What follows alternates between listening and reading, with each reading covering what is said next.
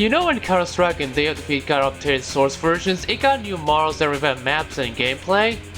Here's the opposite of that. Half-Life Source is actually the first game ever to use the Source engine, released in July 2004, and it really shows. It was supposedly made to showcase Valve's newfangled engine before the main attraction gets out 4 months later, but I can assure you that it needed more polish, even post-release. So what went wrong here, other than not being a major priority? Let's talk about the good things first. It is a straight port of the original Gore Source game. The plot is the same, you can still fuck up someone's breakfast, bring up Impulse 101 to kill the scientist, do this sick track of the Akira elevator map, and still hear those crowbar clings. There are changes that I like, such as the crowbar doing slightly more damage, shadows on their models, and a dynamic flashlight which doesn't look to entities thankfully. The cliffside level, while the same gameplay wise, now features this amazing 3D skybox, a huge improvement from this. The movable crates don't freak out when I pull using E, and this tentacle scene is fixed here. But not on the Gold Source original yet? What's going on here? And of course the ragdolls, which is good, but it's also bad because I can never do this party trick anymore. Which leads me to the bad, or at least questionable stuff. Flatlined. Like the color palette, which is more blue in interiors now. That's the least of its problems. Why is the water graphics this realistic? It clashes with the art style and it creeps me out. No, leave me alone! Some walls and floors are now shiny, like too shiny, and they're also bright enough that you don't need a flashlight to reverse some air vents. And then there's some graphical glitches, mostly minor, but there are some that make you question why was a ship like this.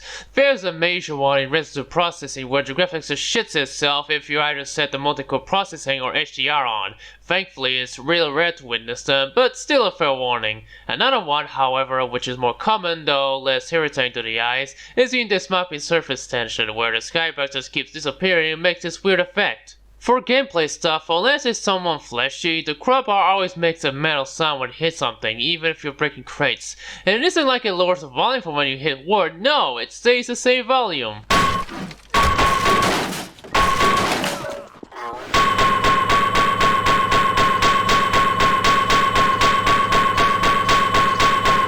This can happen when you try to crouch, just release the control button.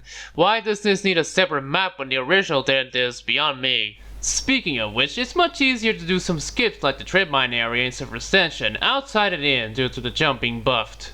The AI behavior is a bit changed. Apparently this grunt that we've got ourselves doesn't shoot the scientist and just runs up and down the stairs, making an integral scene. When I hit a scientist it jitters, when a button is inserted it keeps making pain sounds and I hate it. And speaking of the grunts, much like the crowbar, the MP5 now deals more damage but at the cost of recoil, meaning that the Hecko boys sap your health faster, making me hate them more.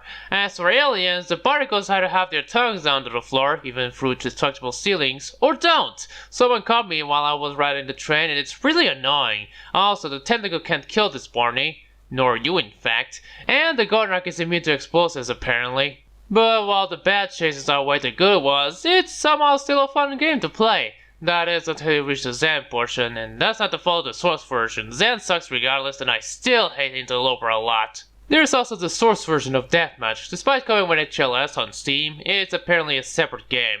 It's basically the same thing as Gold Source Deathmatch, but it also has its own set of quirks like the Duplication Glitch. Now I know what you're thinking, and you're about to write in the comments that you haven't experienced most of these issues the first time you played it. First off, I'm glad you're commenting on my video, I barely get one each. And yeah, maybe they are a consequence of the constant engine updates as well as Steam Pipe, but I call bullshit because I remember nothing. I don't even remember how I got here.